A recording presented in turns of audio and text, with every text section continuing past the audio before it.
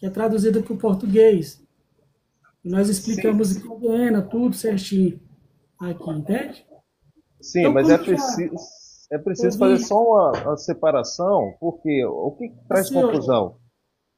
o irmão Jean, eu acho que eu ouvi o senhor, aí eu Tá, queria tudo ouvir bem, as outras desculpa. pessoas que entraram, quero ouvir o Ezequiel, o Edson já falou alguma coisa ou não? Não, ainda não, mas o Ezequiel entrou primeiro que eu, né? Se vocês quiserem O falar. Edson falou, é o Adriano que chegou agora. Eu quero ouvir essas três pessoas na sequência, depois eu passo para vocês novamente. Pode ser? Aí vocês anotem o que vocês querem falar, aí vocês pontuem. Começando aí pelo Ezequiel. Vamos ouvir o Ezequiel. Seja breve, gente. Como já tem uma quantidade, Hein, seja. hein, Kleber, é porque é o seguinte, o irmão colocou algumas questões, aí vai ficando muito distante, aí você acaba até perdendo. Depois, o teu irmão colocou algumas perguntas aí, e fica muito distante se a gente deixar para responder, entendeu? Qual pergunta? Qual pergunta? Igual, o irmão Dosimar, ele quer que eu responda sobre Apocalipse lá 6:9, né? Tem a questão, por exemplo, eu queria ler o texto aqui que fala do Lago de Fogo. O que é o Lago de Fogo? A gente precisa saber. Esse lago que é o Guiena. O que é o Lago de Fogo? Muitas pessoas acham que o Perfeito. Lago de Fogo é aquele Vamos fazer lago assim. Então, vamos fazer cheio de assim. fogo. Como a gente ainda está no Lago de Fogo, vamos concluir Lago de Fogo, certo? O que é Lago de Fogo? Aí depois a gente vai para Isso. esse Ok, então. Apocalipse 6. Só Permita que só eu ler vamos, o texto. O texto falando vamos do na Lago de sequência. Fogo. Queria que o Ezequiel começasse, os outros falassem Ô, um irmão, pedaço por último. assim, ó, eu entrei no meio do assunto. Eu não sei se vocês estão falando da imortalidade da alma ou do inferno em si. Das duas coisas ao Aí mesmo eu tempo. que. Aí eu que. Não, cara, assim, ó. Vocês são adventista? Só pra mim. Não, não. Não? Não, eu não Mas sou, não. vocês não. Vocês são Assembleia de Deus. aniquilacionista, no caso, né? Não, eu não sou, não. É divergente as ideias aqui. Ah, tá, tá. Não, é que assim, ó, eu trabalho com um pouco mais na questão filosófica, porque certamente a Bíblia, ela é aberta nesse ponto, entendeu? Eu acredito que pode interpretar ou literalmente ou simbolicamente. Eu entendo da seguinte forma, eu queria que vocês me respondessem uma pergunta, daí a gente parte do pressuposto. A eternidade para vocês, ela é a ausência do tempo ou um tempo sem fim?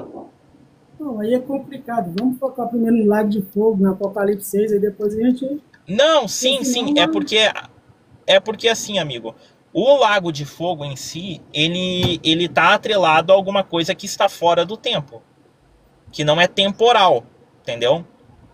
Então essa seria a minha pergunta para É o vocês. seguinte, desenvolve a tese do Porque daí a gente pode entrar dentro da filosofia ou até começar a conversar alguma coisa relacionada à física quântica, né? Eita, lasqueira. Desenvolve essa ideia, aí eu vou passar para os outros colegas. Mas tudo bem, eu vou ouvir do que ele vocês. tem, aí Fica a pergunta no ar se a eternidade é o tempo sem fim ou a ausência do tempo, tá? Vou ficar ouvindo aí vocês. A sua fala, eu vou passar agora para o Edson, depois eu vou passar para o Adriano, aí depois o Jean, que chegou agora, aí depois o Jean. Vamos lá. Então, eu vou ler o texto aqui de Eclesiastes, Eclesiastes 9:5, o 6 e depois o 10. Diz assim, né? Pois os vivos sabem que morrerão, mas os mortos não sabem absolutamente nada. Nem tem mais recompensa, porque toda lembrança deles caiu no esquecimento. Também seu amor, seu ódio e seu ciúme já não existem. E eles não têm mais parte em nada do que se faz debaixo do sol. O versículo 10 diz assim: tudo o que sua mão achar para fazer, faça-o com toda a sua força, pois não há trabalho, nem planejamento, nem conhecimento, nem sabedoria na sepultura. O lugar para onde você vai. O outro texto que eu gostaria de ler é Salmos 146, versículo 3, de fato diz assim: não confiem nos príncipes, nem nos filhos dos homens, que não podem trazer salvação. Seu espírito sai e eles voltam ao solo. Nesse mesmo dia, os seus pensamentos se acabam. Então a Bíblia deixa bem claro que a morte é a cessação de todos os sentidos. O soldado falou que ela é progressiva, né? Que a palavra dele é progressiva. Em partes eu concordo com ele, mas ela não pode se contradizer. Ela não pode dizer num canto que a pessoa, quando ela morre, ela está deveras morta, e depois no outro canto, Jesus Cristo vem e fala que não. Que após a morte do corpo dela, está viva e está em tormento ou sofrendo. Sendo que a Bíblia mostra aqui que é a cessação de todos os. E outro detalhe, né? O espírito ou alma, ele não queima, ele não sente dor. Então não faz sentido a pessoa ser torturada eternamente. Por 30, 40, 70 anos de vida que ela viveu aí, mesmo que ela esteja fazendo coisa errada, ela passa 24 horas por dia, eternamente, sem parar. Ela pode se arrepender, ela pode pedir perdão e nunca mais ela vai sair de lá. Ela vai ficar 24 horas. Então, esse Deus aí, não tem como a gente fugir disso. É um Deus carrasco. Um Deus carrasco, maldoso, cruel, né? Que prefere torturar as pessoas do que exterminar ela, acabar com ela. É que nem quando uma pessoa está em sofrimento, nós, por mais que a gente não deseje isso, mas quando a pessoa está em constante sofrimento, a gente deseja que essa pessoa, o melhor para ela é morrer. Porque a pessoa ficar ali sofrendo dia após dia, sofrendo, vendo ela sofrer, a gente não quer. Ninguém deseja a morte, entendeu? Mas o melhor para a pessoa naquele momento é a pessoa morrer. Agora, por que e nós que somos pecadores para a pessoa, agora por que Deus, que é amor, vai torturar a pessoa eternamente no fogo 24 horas por dia, sem parar, sem ter fim? Certo. Então, pessoal, vamos ouvir o Adriano, depois o Jorge, aí fala também. Boa tarde a todos. Então, eu faço coro aí com o Edson, porque, assim, na verdade, nesse ponto, a Bíblia não é progressiva, não. Se você voltar lá em Gênesis capítulo 3, ali você vê a sentença que Deus dá pelo ato de desobediência de Adão. E a sentença que foi dada, né? Aliás, a punição que seria dada era justamente a morte, a inexistência, e não tortura eterna num local de tormento, por fogo. Não é isso. Não era isso que causava receio em Adão e Eva para pecar.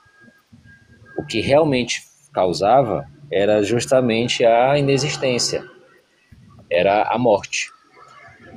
Foi isso que Deus estabeleceu como consequência do pecado. E é interessante que a Bíblia, desde Gênesis até Apocalipse, ela trabalha essa ideia que foi estabelecida em Gênesis. O que vem após disso aí é só enrolação filosófica com a intenção de negar o que a Bíblia ensina. Por exemplo, quando nós lemos lá em Gênesis 2:17, ali Deus estabelece a lei de que a consequência da desobediência seria a morte. Aí em Gênesis 3:19, Deus fala para onde que o homem iria ao morrer. Ele disse, você é pó e ao pó voltarás. Ele não menciona nenhum tipo de local, de tormento, com fogo, nada disso.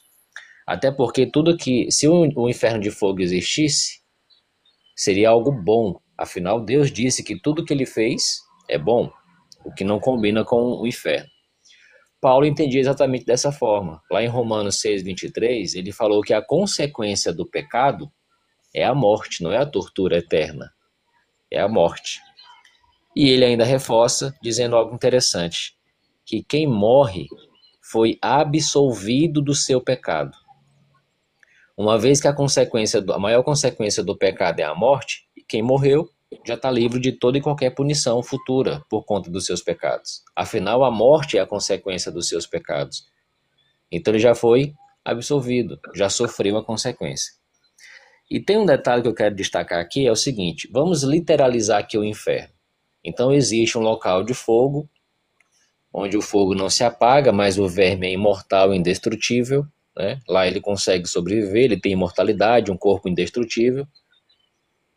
E supostamente, se esse local existisse, é um local de sofrimento das almas, que tem dente e que choram, o que é um absurdo. E estariam gritando, clamando, sofrendo. Só que lá em Salmos 31:17, diz que os maus eles serão envergonhados e serão silenciados no inferno. Ou seja, no inferno de fogo não é permitido gritar quando estiver sofrendo. No inferno de fogo não é permitido. O que obviamente vai contra o que a Bíblia fala, né? Então, as pessoas que estão no inferno, elas estão silenciadas. Elas simplesmente entram naquilo que o Edson bem explicou. Elas não têm mais sentimento, não têm consciência, não têm planejamento, não têm nada. Elas simplesmente deixaram de existir. Igual a chama de uma vela quando se apaga.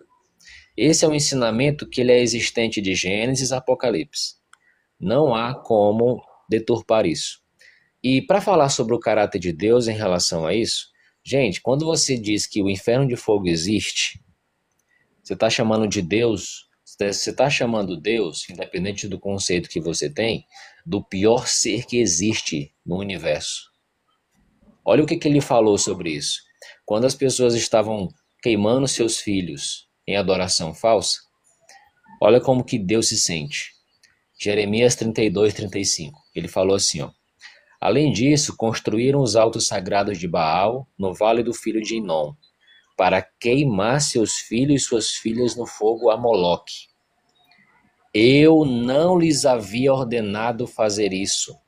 Jamais havia ocorrido no meu coração pedir que ele fizesse tal coisa detestável, levando assim Judá a pecar. Olha como que Jeová se sente quando você, que é imortalista e infernista, diz que existe inferno de fogo para uma alma imortal. Jeová não gosta dessas coisas. Nunca passou pelo coração dele, nunca foi a intenção dele punir a raça humana com sofrimento eterno com fogo. Muito pelo contrário.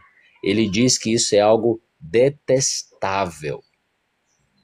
Então pensa bem, quando você diz que Jeová quer torturar as pessoas eternamente, você transforma Deus no pior ser que existe, tanto no céu como na terra. Algo que Deus não é. Então, a Bíblia, só finalizando, a Bíblia é clara. A punição para o humano imperfeito é a morte, é a inexistência. Não existe um versículo na Bíblia onde Deus fala que vai torturar as pessoas no inferno de fogo.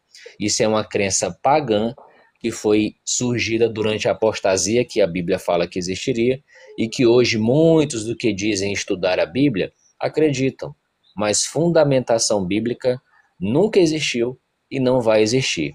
E nesse texto aqui, ó, só para vocês verem o mau caratismo da Bíblia de vocês, e eu vou dizer de novo, é o mau caratismo. Se você pegar Salmos 31, 17, lá vai ter a palavra Sheol em hebraico. E vai estar traduzido sepultura. Sendo que em outros versículos que tem a palavra Sheol, colocaram como inferno, para dar a ideia de que existe um inferno de fogo. Então, olha o duplo padrão. Em Salmo 31, 17, se referiram à cova, à sepultura onde os mortos são enterrados. Mas em outro lugar, a mesma palavra se refere a inferno de fogo. Justamente para enganar você, a acreditar nessa crença que nunca passou pelo coração de Deus fazer tal absurdo detestável, segundo o que ele mesmo falou. Obrigado, o Kleber Guedes, professor Kleber Guedes. Obrigado. Quero ouvir o Jorge, depois o Jean. Aí entrou o Roche. A gente vai ouvir o Roche, aí depois a gente começa aquela nova sequência, falando aí sobre o... se vocês quiserem falar sobre a pergunta que o Ezequiel fez, a gente pode falar, ou sobre o texto de Apocalipse 6, que foi mencionado aí. Pode falar, Jorge. Jorge, deixa eu abrir aqui o microfone dele. Tá me ouvindo? Estou te ouvindo agora, pode falar. Eu estava ouvindo aqui a live, eu também sou cristão, né? E é bom a gente estar no meio da live, porque a gente aprende, na verdade, pelo que o irmão Adriano falou, dá para entender que ele é testemunho de Jeová. Eu não estou aqui para apontar ninguém, nem julgar, mas no meu pouco que eu conheço, a pouco da palavra de Deus, muitas pessoas, está escrito em Salmo, em João Batista, Apocalipse, e fica falando versículo da Bíblia, e a Bíblia eu peguei ela em um só objetivo.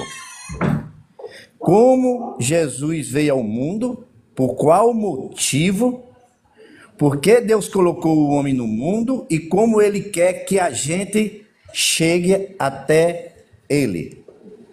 Porque a palavra de Deus diz: conhecereis a verdade e a verdade vos libertará. Quem é a verdade? Cristo.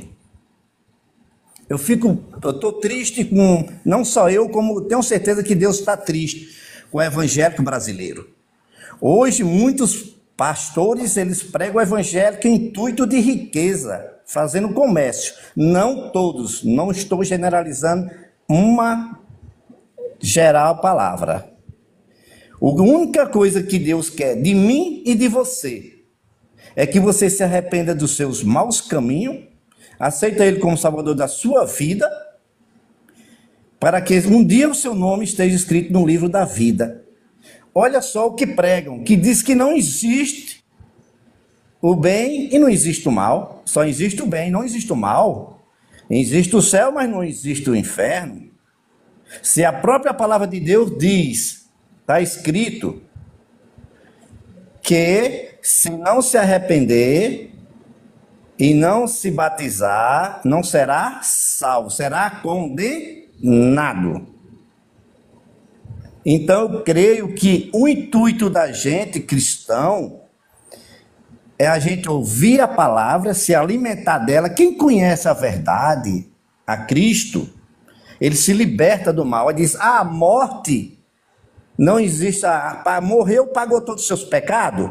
Então, já está eliminando que vai ter o dia do juízo final. Que Deus vai vir para julgar todos. Está indo contra a Bíblia. Pois eu acredito em um só intuito. A Bíblia foi feita e ela se resume em uma só palavra. Qual é a palavra? Amor. Deus, ele é amor. Quem ama não mata, quem ama não trai, quem ama não adultera, quem ama não deseja o mal para o próximo. Então, se você amar, você faz todos os mandamentos em uma só palavra. A Bíblia, tem muitas pessoas que discutem. Está escrito no versículo tal. Ô, irmão, só um momentinho. É interessante o que você está falando, concordo com muita coisa que você falou aí, mas assim, o tema da live é o que é o inferno. Eu queria que o senhor focasse aí nessa temática. Se o senhor for falar alguma coisinha, fale aí depois a gente pode fazer uma live especial sobre esse assunto aí que o senhor está abordando, pode ser? Que fica melhor, porque senão a gente vai mudar de assunto aqui. Vou abrir o seu microfone de novo.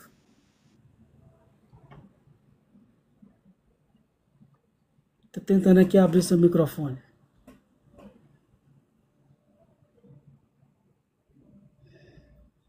Só um momentinho aqui, gente. Tenta abrir seu microfone aí, ô irmão Jorge. Tô conseguindo abrir aqui. Abri, tá ouvindo agora? Sim. Então, voltando no assunto sobre se existe o céu, né? Existe o céu e existe o inferno, é isso?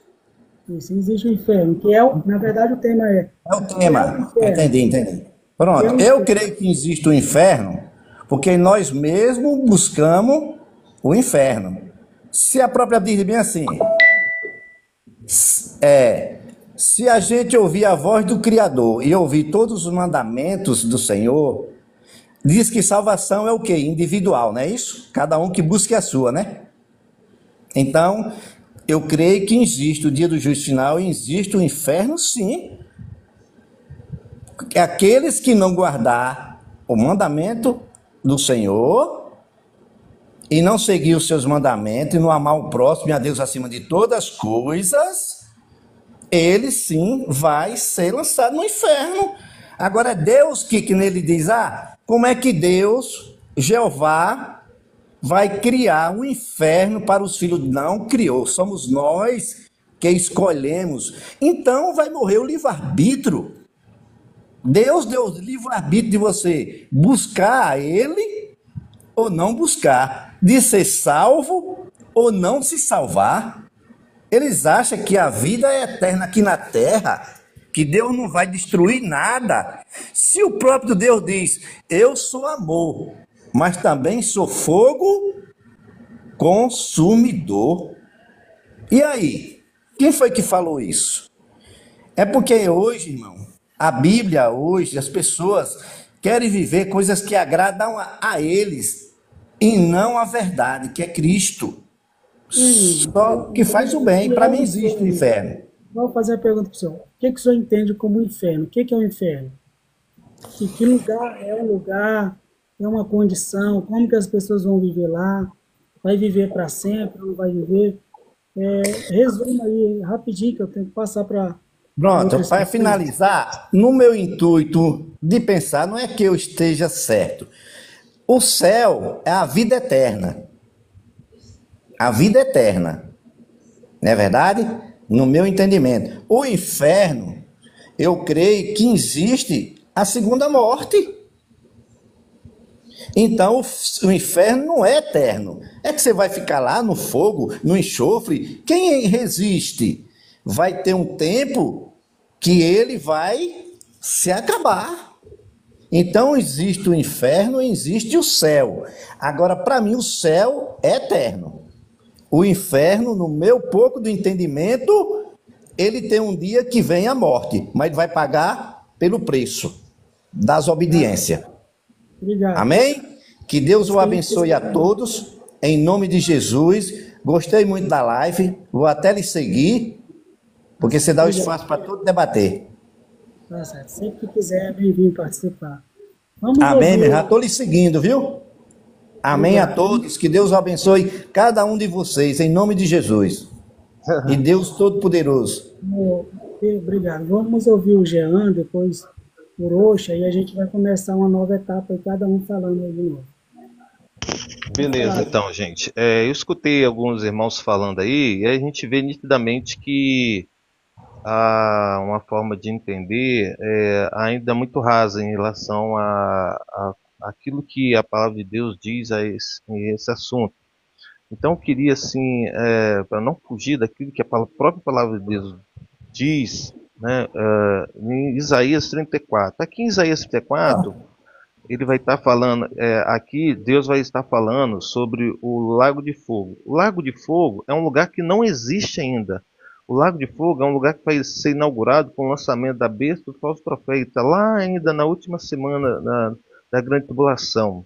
Hoje o que a gente tem é o que é traduzido como Sheol, Hades e Infernos, que é o lugar do mundo dos mortos, que é para onde vai todas as pessoas que morrem.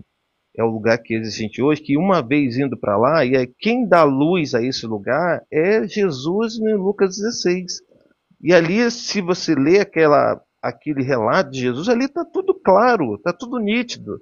Ali, esses argumentos que o irmão Adriano, ele colocou e tudo, se ele ler somente aquela parábola, ele vai ter o entendimento pleno, que ali é o Novo Testamento que dá luz ao velho, e não o velho que dá luz ao novo. Então você ignora o que você entende, que você pensa lá do velho, e olha para o novo e vê o próprio Jesus dando luz ao que de fato acontece quando a gente morre e para onde a gente vai. Então ali tem todos os detalhes, se tem comunicação, para onde vai, se você vai ficar no lugar de descanso das obras, se você vai ficar no lugar de tormento, e todas as questões, está bem claro, nítido lá. Então, ou seja, em Isaías 34, para aqueles que acreditam que Deus é só amor, que Deus seria um Deus, né, maldoso, que se ele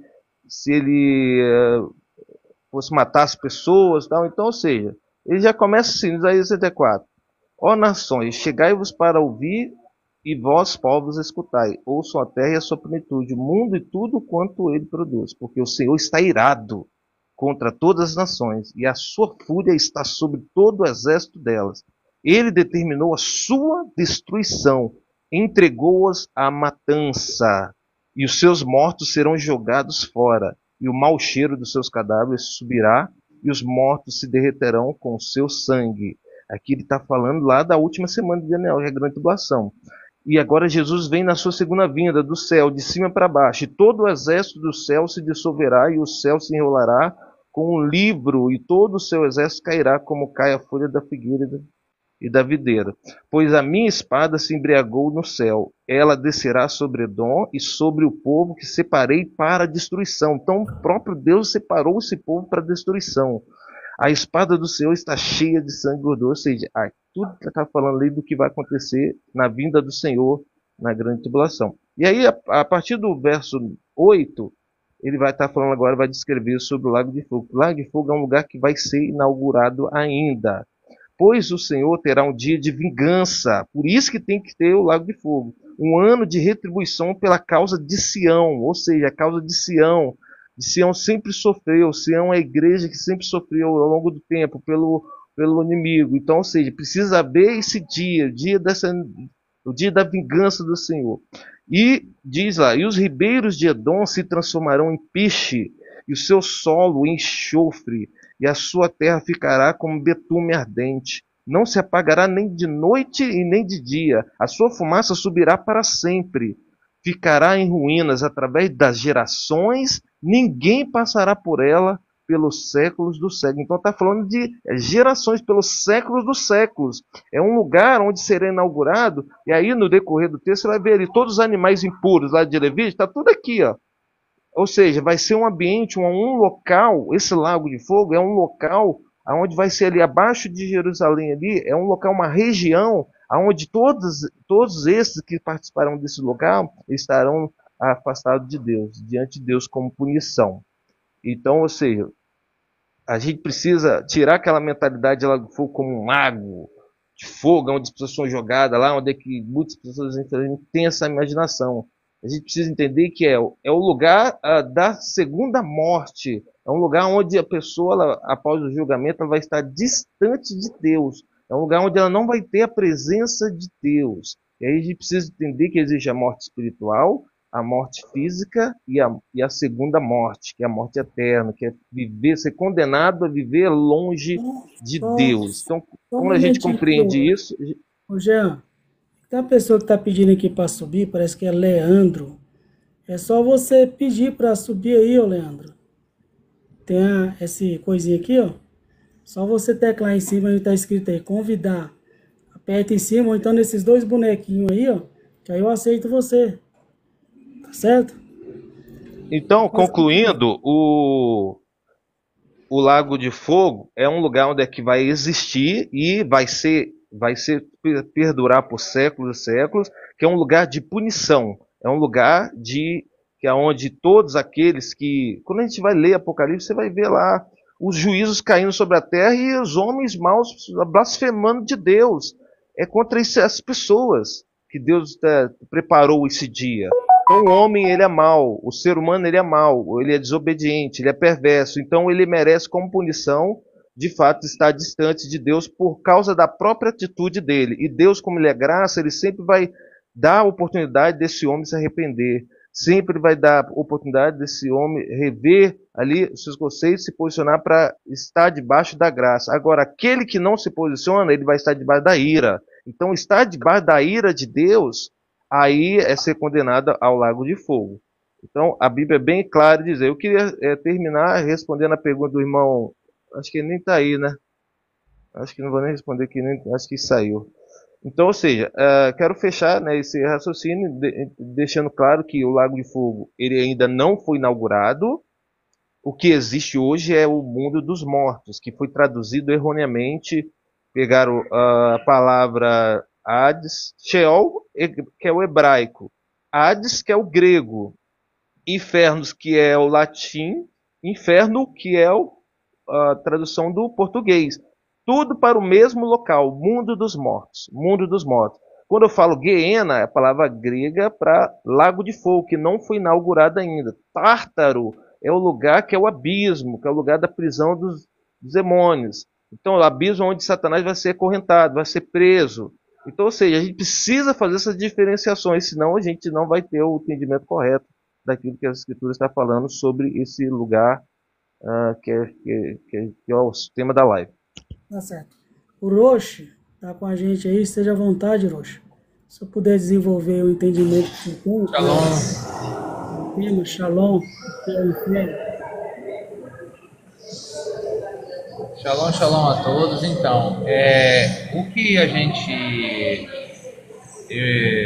eu vou dar a minha visão judaica, daquilo que eu estudo dentro do cunho judaico, no período da Idade Média, anterior à Idade Média, durante o período do Segundo Templo e antes do período do Segundo Templo. Como que o povo hebreu via isso aí, como que os judeus helenizados também viam isso aí. Os judeus helenizados, para quem estuda um pouquinho de história, sabe que é aquele período ali de Alexandre o Grande, um pouquinho antes dele ainda, né? Quando o mundo e a filosofia grega estavam expandindo por toda a região, desde a Mesopotâmia, o Médio, Baixo e Alto Oriente, e aí começou a ter essa influência. Quando os judeus aí tiveram contato com essa questão da cultura helênica, alguns judeus aderiram a isso.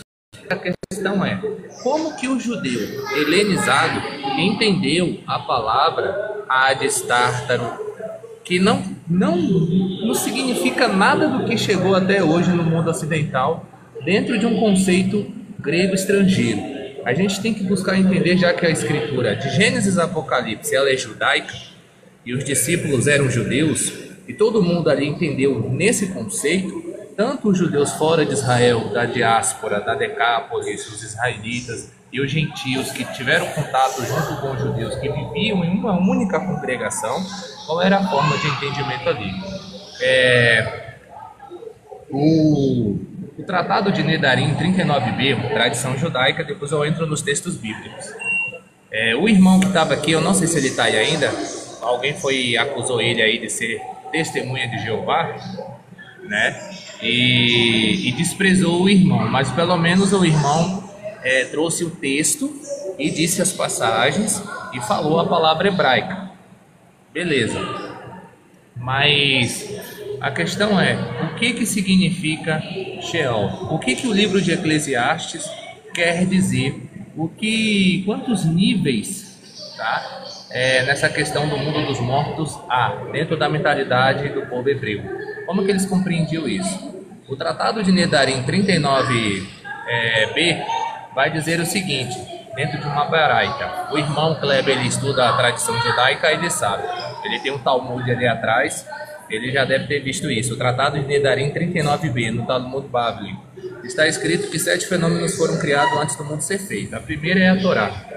Segundo é a Teshuvá. O terceiro é o Gan Eden. O quarto templo. O quinto trono da glória. O sexto Guerrinom, tá? Antes do mundo ser feito. E o sétimo Shem Sheli Mashiach, o nome do Mashiach, que foi preparado desde a fundação do mundo, que é aquele novo nome descrito em Apocalipse 3:12.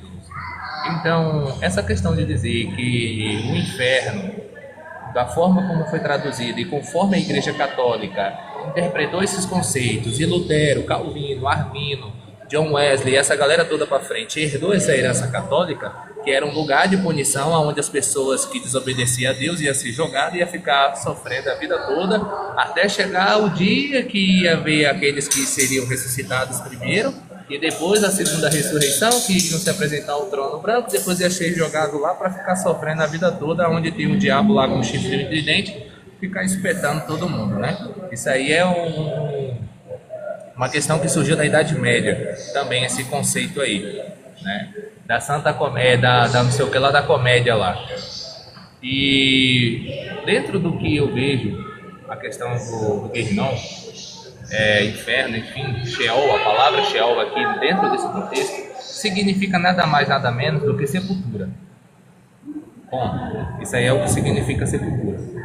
Aonde a gente vai morrer e vai ser enterrado. Dentro da cultura judaica, o judeu ele é enterrado, não é em pedras, tá? Ele é enterrado diretamente na terra, onde ele é enrolado numa mortalha, que é em volta de um pano, e colocado dentro da terra. E aquele local ali, quando o judeu ele fala de outro judeu que faleceu, ele diz, ele foi enterrado. E aí qual é a expressão que é usada ali? Sheol, né? Então, significa sepultura. Só que uma outra parte da tradição judaica, comentando Eclesiastes e outros textos, como Ezequiel 37, versículo 1 ao 14, e outras como o seio de Abraão, né? E essas dimensões que inclusive o Novo Testamento vai narrar algumas questões bem interessantes, e também fala lá no livro de Apocalipse. A gente tem que pegar algumas palavras como foi traduzida ali, e qual foi a palavra e de onde foi que eles traduziram essa palavra. Infernos, que é em latim, de onde que ele pegou essa palavra? Qual foi os tradutores? Para a gente poder chegar até a palavra hebraica, porque independente se o texto está em grego, aramaico ou em inglês, ou seja, qual texto escrito estiver em idioma, qual for, a gente tem que extrair o hebraísmo que está contido ali. Então aí a gente faz a construção textual da ideia primária do que foi proposta para que a gente consiga compreender. Mas que de fato existe um Guerrinom, isso aí é incontestável, da qual o livro de Apocalipse diz que a trindade, né, satânica, que é o falso profeta, o anticristo e a besta, serão lançados nesse local e todos aqueles que a ele seguiram. E aí tem lá em Oséias, que é o que está em 1 Coríntios capítulo 15, versículo 50 a 58. Né? Vai falar sobre a corrupção, a incorrupção, a mortalidade, a imortalidade, e depois o ferrão e a morte, que serão destruídos. Aquilo que comentou ali a primeira carta à comunidade em Corinto, que comenta Oséias, que vai explicar aquilo lá na frente, né? Então eu já vou sair correndo aqui, porque eu vou ainda... Não apareceu aqui a questão do Shabat, as 3 estrelas. Eu vou correndo aqui para casa aqui, irmão Kleber, obrigado aí, tá? Eu queria poder ficar um pouquinho mais para poder explanar os textos, mas não vai dar não, porque eu vou fazer o negócio do Shabat aqui na sinagoga. E Hashem abençoe vocês aí. Shalom, shalom. Se quiser, vai ser bem-vindo. Shalom. Shalom. Obrigado, tchau. Então, pessoal, nós estamos aqui, o meu celular, ele já tá aqui chegando quase no final a carga, mas eu deixei para vocês fazer suas considerações finais. Vou fazer minha consideração também sobre o assunto e trazer a mensagem, cada um de vocês trazer a mensagem que é mais importante do que entender o que é o inferno, né? Que é a mensagem da salvação. O que fazer para escapar da condenação do inferno. Então, aí vocês dão a consideração final e trazem uma mensagem para as pessoas que não querem ser condenadas do inferno, o que elas devem fazer. Começa aí pelo Jean, depois pelo Edson. Pode falar, Jean. Então, a gente deixa claro que... vamos pegar lá no início para a gente entender. Deus, ele criou toda a terra, toda a criação, os animais, aí fez o homem. E deu de presente para esse homem viver em harmonia com Deus. Não havia morte, não havia pecado, não havia nada disso. Então, a gente precisa partir desse contexto. Dentro desse contexto, Deus estabeleceu alguns princípios, algumas diretrizes. Então, o problema maior hoje é justamente você saber de princípios e diretrizes, que hoje é representado pela palavra de Deus, e você trocar esses princípios e diretrizes por outras vozes, que vai representar as vozes da serpente. Então, a serpente está ali, com filosofias, com mentiras, com coisas voltadas à sua natureza caída para engrandecer o homem. E aí o que fez a Eva desobedecer o princípio de Deus foi justamente aquilo que agradava os olhos, que dava prazer à carne, que ela achou que seria igual a Deus. Então, não é diferente daquilo que aconteceu lá no início e hoje. Então, as pessoas... e aí, um dos princípios, da consequência, era que a morte entraria. Eles não conheciam a morte. Então, se tocasse na árvore do fruto do conhecimento do mal, eles morreriam. Não conheciam a morte. Então, hoje é a mesma coisa. O salário do pecado é a morte. Então, essa morte, ela é uma morte que é física, espiritual e, por consequência, lá na frente, eterna. Então, Deus sempre deixou claro que Ele é santidade. Ele exige de nós uma vida de santidade. A partir do momento que a gente ignora os princípios, a partir do momento que a gente ignora a caminhada dentro da verdade dele, a gente vai estar suscetível à ira dele. A gente vai estar suscetível à consequência da nossa própria desobediência. Então, é algo que não tem a ver com Deus, tem a ver com a nossa atitude. Porque passa pelo nosso livre-arbítrio de escolher ou não escolher. Então, ou seja, a Eva escolheu comer do fruto, voltado para aquilo que agradava a ela, e ela deu a luz ao pecado. O pecado gerou a consequência, a morte. Então, da mesma forma hoje, eu escolho ignorar a palavra, os princípios de Deus, eu vou estar debaixo de uma consequência também, que é a morte. Então, escolham a vida. Tá certo, meu irmão. Obrigado. Irmão Edson, dá suas considerações finais e fala o que a pessoa tem que fazer para ser salvo, para não ir para a condenação do inferno. Sim, então, eu vou ler dois textos aqui, que citaram aí, né, sobre a questão de ser atormentado dia e noite, né? Que é Apocalipse 20:10, que diz assim: E o diabo, que as enganava, foi lançado no lago de fogo e enxofre, onde já estavam tanto a fera como o falso profeta. A fera e o falso profeta aqui é simbólico, ele simboliza algo. Eles serão atormentados dia e noite para todo sempre. Essa palavra aqui, atormentado, é a palavra basanilo, se eu não me engano. E tem também o significado de encarcerados, presos, né? O versículo 14 diz assim: A morte e a sepultura foram lançados no lago de fogo. O lago de fogo representa a segunda morte. Além disso, quem não foi achado inscrito no livro da vida foi lançado no lago de fogo. O 2 Pedro 2,6 diz assim: E ele condenou a cidade de Sodoma e Gomorra, reduzindo-as a cinzas, estabelecendo para as pessoas ímpias um modelo das coisas que virão. Então, eu não sei se foi o Jorge que falou que o Lago de Fogo não foi inaugurado, na verdade foi. Essas pessoas, os ímpios, né, que as pessoas que não têm mais salvação, elas são lançadas nesse Lago de Fogo. Elas são imediatamente destruídas. E aqui no capítulo 21 de Apocalipse, versículo 8, diz assim: Mas os covardes, os que não têm fé, os que são repugnantes na sua sujeira, os assassinos, os que praticam imoralidade sexual, os que praticam ocultismo, os idólatras, e todos os mentirosos terão a sua parte, ou seu quinhão, né, no lago que queima com fogo e enxofre. Esse representa a segunda morte. Então, a segunda morte ela é uma destruição, aniquilação total. A pessoa ela vai ser destruída, destituída da vida. Né? E a cidade de Sodoma e Gomorra foi colocada diante de nós como exemplo. Essas pessoas, as pessoas eram extremamente, estavam além de qualquer possibilidade de arrependimento. Então, essas pessoas geralmente já são lançadas mesmo no lago de fogo.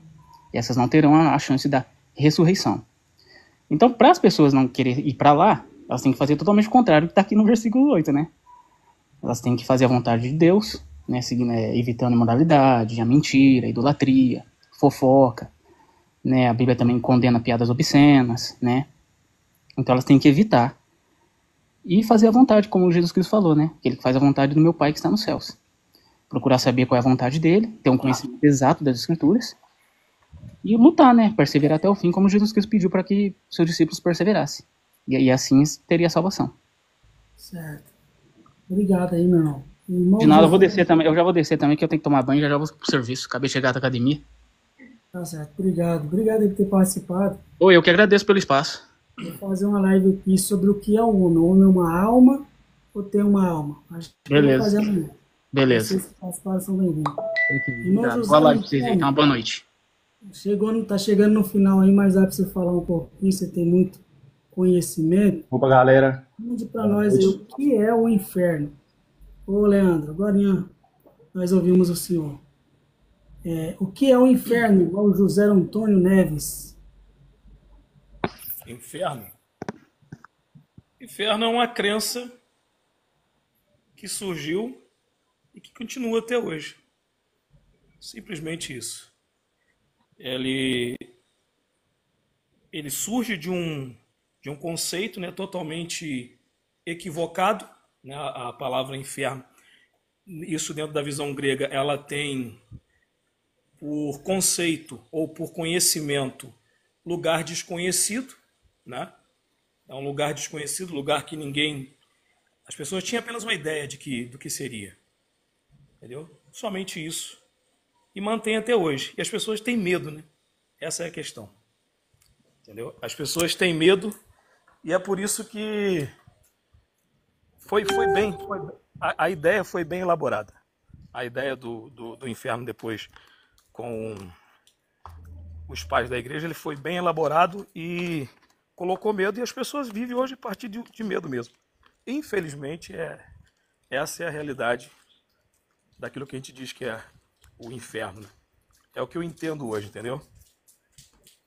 Tá certo, muito bom a sua participação. Sempre que puder, entra aí e falar que nós temos muito que aprender com você. Você é um grande conhecedor aí da teologia, da Bíblia. E é sempre bom ouvir você. Leandro, parece que é Leandrinho, pode falar aí, meu irmão. Que é o inferno? sei se o Leandro está me ouvindo. Deixa eu abrir aqui seu microfone. Tenta abrir seu microfone aí, ô Leandro. Tá fechado. Opa, irmão Kleber e irmão José Antônio. Boa noite para vocês, primeiramente. A minha visão é a mesma visão do José e a mesma visão do menino que acabou de sair aí uns minutinhos atrás. Eu também sou aniquilacionista e eu não creio na imortalidade da alma. Primeiramente, que a aniquilação. Vou começar do início, né? Quando a gente pergunta sobre a palavra inferno, tem várias palavras no grego e no hebraico para denotar isso, que é o Sheol, o Hades, o Tártaro, o Lago de Fogo e o Geena. O Hades eu creio que é a própria sepultura, tanto que no hebraico existe 66 ocorrências da palavra Sheol, e todas elas denotando simplesmente a sepultura, o local onde todos iremos, tanto que Jó disse que ia para o Sheol, Davi disse que ia para o Sheol, Jeremias disse que iria para o Sheol, Jacó também disse que iria para o Sheol, todos nós iremos para o Sheol. E o Hades é o que equivale ao Sheol no grego. Existem 8 ocorrências da palavra Hades, e todas elas denotando a sepultura, excluindo o texto lá da parábola do rico Lázaro, deixando claro que o texto é simplesmente uma parábola. A parábola do rico Lázaro é a parábola mais usada para a defesa da imortalidade da alma. Porém, eles ficam tanto tempo tentando procurar a alma imortal no texto que esquecem que esquecem de procurar qual é a verdadeira moral do texto. Primeiramente, que existe 8 parábolas do rico e o Lázaro. Se a gente pesquisar, qualquer um que querer pesquisar a fundo, vai descobrir isso. O Hades que é usado no texto é o Hades da parábola grega. Tanto que você só encontra essa parábola. Hades é o lugar onde. Tanto que você só encontra essa parábola no texto de Lucas. E o público de Lucas era um público grego e um público gentil. Então, no começo da parábola, é dito que havia um abismo entre o rico e o Lázaro. E mesmo assim, os dois conseguiam conversar, o rico e o Abraão conseguiam conversar tranquilamente um com o outro. Ou seja, Jesus estava simplesmente satirizando uma parábola que já existia naquela época. O rico está representando os fariseus daquela época e os líderes da sinagoga. E o Abraão, por que Jesus usa o nome de Abraão na parábola? Porque esses líderes da sinagoga e esses fariseus, eles se gabavam se dizendo ser filhos de Abraão. E a moral da história, é justamente o que o próprio Abraão fala no final da parábola, que mesmo que se o morto ressuscitasse, eles ainda não acreditariam. Por quê? Porque aquilo foi uma indireta ao que estava claramente acontecendo naquele momento. E é por isso que ele também usa o nome do Lázaro, porque ele tinha justamente ressuscitado alguém chamado Lázaro. Ou seja, existem 73 menções de Hades e Sheol, e somente representando um Hades de fogo. Ou seja, é algo que não tem como sair confiando, porque é uma doutrina totalmente escorada numa parábola. Aí você pergunta, me mostra outro texto onde o Sheol e o Hades representando um Hades de fogo que não seja da parábola. Simplesmente não tem. E tem também aqui, eu escrevi alguns textos representando, alguns textos falando sobre a aniquilação. Eu vou citar aqui só os títulos, eu não vou citar os textos não, porque são 182 textos. Aí eu vou colocar só o título que fala de cada um. Eu encontrei aqui, ó. Deixarão de existir, desaparecerão, serão mortos, não terão futuro, serão reduzidos ao nada, serão consumidos, se tornarão em cinzas, se tornarão em pó, serão varridos, serão como um feto abortado, terão fim, serão desarraigados, cairão e serão incapazes de se levantar, serão esmagados, despedaçados, devorados, exterminados, perecerão, destruídos, exterminados, sumirão como fumaça, não lhes sobrará nada, nem raiz, nem ramo, e terão fim. E vale relembrar também lá de Salmos 37, quando ele estava pensando assim que os ímpios, eles prosperavam e tudo de bom acontecia com os ímpios. E quanto com os justos, tá dando para me ouvir aí direito? Sim. Pode falar. Tá dando para ouvir aí, o Kleber? Pode falar. Então, os ímpios, Davi estava pensando assim, os ímpios sempre prosperavam e ele estava ficando triste por causa disso. E então ele teve uma revelação, para quem quiser me acompanhar aí, é só ir lá em Salmos 37. E aqui eu vou só resumir o que tem no Salmo 37. Ele tem uma revelação de qual será o futuro, tanto dos ímpios, quanto também dos justos. E olha só o mais importante foi o que Davi esqueceu de falar. O que ele diz? Que os ímpios serão, verso 15, receberão ferida mortal. Verso 20, perecerão. Verso 20, desaparecerão. Verso 20, se desfarão como fumaça. E verso 38, serão destruídos e não terão futuro. Aí eu queria falar também sobre a palavra eterno na Bíblia. Quando a gente vai interpretar algo na nossa interpretação, o que é o eterno na nossa interpretação é justamente algo cuja natureza é eterna. Mas o que é o eterno na Bíblia? Algo quando fala assim, para sempre ou eterno na Bíblia. É justamente isso que a gente tem que olhar segundo a linguagem bíblica e não segundo a nossa linguagem da nossa época. E quando você vai ver na Bíblia, você percebe que o eterno significa que os efeitos daquilo será eterno. Aí eu vou citar aqui alguns textos mesmo. Calma aí, só um minutinho.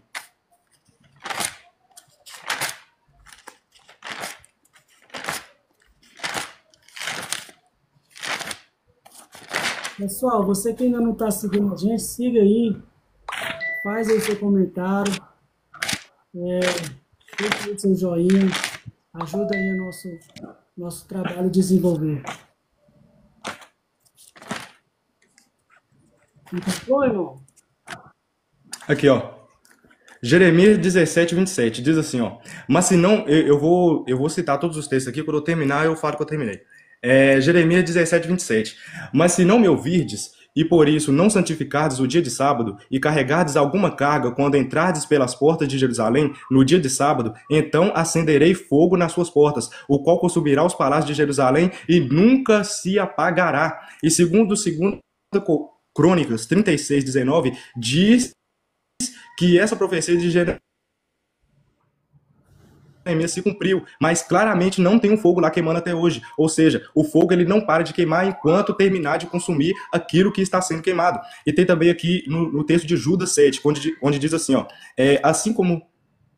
assim como Sodoma e Gomorra e as cidades circunvizinhas, que havendo se entregue à fornicação como aqueles, e ido após outra carne, foram postas por exemplo. Elas sofreram a pena do fogo eterno. Será que Sodoma e Gomorra está queimando até hoje? Claro que não. O fogo eterno é um fogo que não se apaga enquanto aquilo que houver sendo queimado não for totalmente consumido. Ou seja, os efeitos do fogo que são eternos. Tem também aqui a floresta de Negueb, Ezequiel 20, 47. Diga, floresta de Negueb, ouça a palavra do Senhor. Assim diz o soberano, o Senhor. Estou a ponto de incendiá-la, consumindo assim todas as suas árvores, tanto as verdes quanto as secas. As chamas nunca se apagará, e todos os ossos do Negueb até o norte serão ressacados por ela. Todos verão que eu, o Senhor, acendi e nunca apagarei. Em algumas traduções, e não será apagada.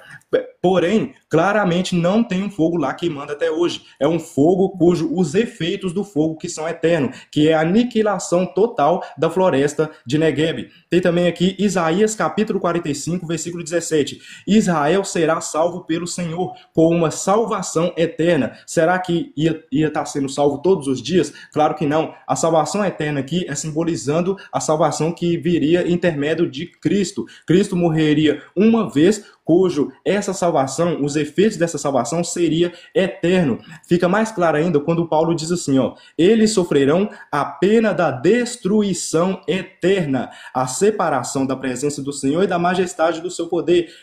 Não é uma destruição que acontece todos os dias, é uma destruição que acontece uma vez, cujos seus efeitos são eternos. Deixa mais claro, Davi deixa isso claro lá em Salmos 92, 6, onde ele diz assim, ó, o insensato não entende. Se eu puder fazer um resumo aí, que a bateria do meu celular tá quase... Não, eu já tô acabando, eu vou falar só isso daqui mesmo. Eu tenho que sair aqui também. O insensato não entende, o tolo não vê, que embora os ímpios brotem como a erva e floresçam, todos os malfeitores serão destruídos para sempre. Aqui também Marcos 3:29. Quem blasfemar contra o Espírito Santo nunca terá perdão, é culpado de pecado eterno. Quer dizer que a pessoa está pecando todos os dias? Claro que não. Quer dizer que os efeitos de você cometer a blasfêmia são eternas. É isso que significa o eterno na Bíblia. Tem também Isaías 34:9, quando ele diz assim, ó: os ribeiros de Edom se transformarão em piche e o seu pó em enxofre, a sua terra. Amém. Parece que a conexão dele deu um probleminha. Pessoal, eu agradeço. Se torna piche ardente, nem de dia nem de noite se apagará.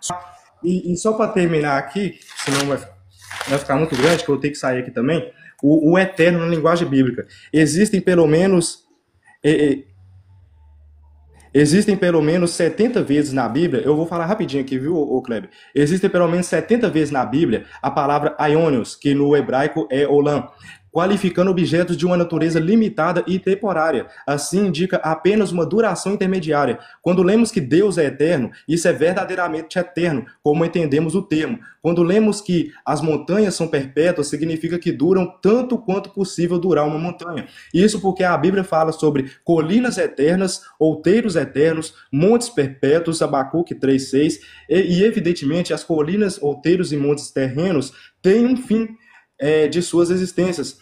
Não são absolutamente eternos. Igualmente, o aspergir do sangue na festa da Páscoa era uma ordenança eterna, Êxodo 12:24. Tanto quanto a herança de Caleb, que também era eterno, Josué 14:9. A lepra de Gease também era uma lepra eterna, segundo Reis 5:27. A duração do serviço de um escravo também era eterno.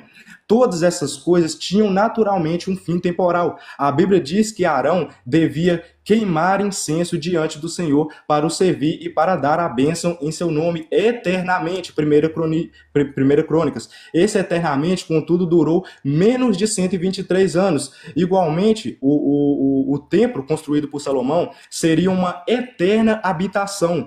1 Reis 8:12, para Deus, que contudo durou apenas alguns séculos antes de ser destruído pelos babilônicos. Davi relata que Deus o escolheu para que eternamente fosse o rei sobre Israel. Só que o aion aqui equivale a um período de 40 anos. Jonas afirma que ferrolhos se correram sobre mim para quando esteve engolido pelo peixe e estava na barriga dele. Mas será que Jonas esteve eternamente na barriga do peixe? Pois ele diz aqui que ferrolhos se correram sobre mim para sempre. Só que esse tempo, esse para sempre, foi apenas 3 dias e 3 noites. Então aqui resumindo, o Hades para mim é a sepultura. O eterno, na Bíblia, é representando os seus efeitos, assim como diz que Jesus fez uma redenção eterna. Não é redenção todos os dias, é uma redenção, um sacrifício que foi feito uma vez, cujos os efeitos desse sacrifício são eternos. O Hades, ele é a sepultura. Eu não vou citar, eu poderia citar todos os textos aqui, só que eu não vou citar, senão vai demorar muito, né? O Hades é a sepultura. O Sheol também é a sepultura, o Lago de Fogo, que não dá tempo para explicar, é uma alegoria, é uma simbologia, e o Tártaro é onde tem anjos caídos presos. Amém. Obrigado. Parabéns aí pela participação do senhor. Obrigado aí, José Antônio. José Antônio não pôde falar muito porque está atendendo um cliente lá. Pessoal, alguém me perguntou para a RTC, no que você acredita, Kleber, sobre esse assunto? Nós já falamos como acreditamos. Não só como acreditamos, como entendemos, né? Eu entendo que o Lago de Fogo, que é o inferno, é um local, não é exatamente a sepultura onde a pessoa é sepultada, mas é um local onde os ímpios, após serem julgadas no julgamento do trono branco, serão lançadas nesse local, certo? Viverão um período de tempo e deixarão de existir. Então, quem for condenado é lançado nesse local, sofre um período de tempo e deixa de existir. É assim que eu entendo, né? Por que eu entendo assim? Aí, assistindo essa live aí, do começo, depois se você pegar, eu explico por que eu entendo dessa forma aqui. Como o meu celular já está aqui no final, Kleber, não tem como eu voltar à explicação. O que é mais importante, gente, não é saber se o inferno é eterno, se é a morte instantânea, se é sepultura, se é um sofrimento de período de tempo depois deixa de existir. O que é mais importante é você ser salvo, é você ter os seus pecados perdoados, é você ter comunhão com Deus, é você ter o direito de vida eterna e participar do mundo vindouro. E é nisso, só concluir, é nisso que você deve focar o seu entendimento, buscar um relacionamento com Deus por meio de Jesus Cristo, para que então você possa viver no reino de Deus, arrependendo dos seus pecados, crendo no seu coração que Deus ressuscitou Jesus dos mortos, confessando Jesus como Senhor e Cristo na sua vida e guardando os seus mandamentos. Então assim você vai estar por toda a eternidade juntamente com Jesus, com os anjos e com todos aqueles que vão ser salvos. Pode falar, o Leandro. você tinha falado aí que ia fazer uma live amanhã falando o que é a alma. Qual que é o horário que você vai fazer que eu vou entrar nela? Acho que eu vou fazer de manhã. Aí por volta aí das... De manhã?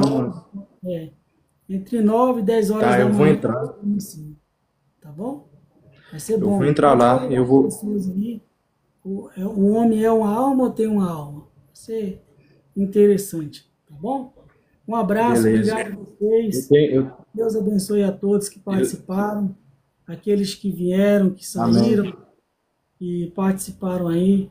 Certo? Um forte abraço para todo mundo. Shalom. Amém. Falou. Minha mensagem. Obrigado, meu irmão.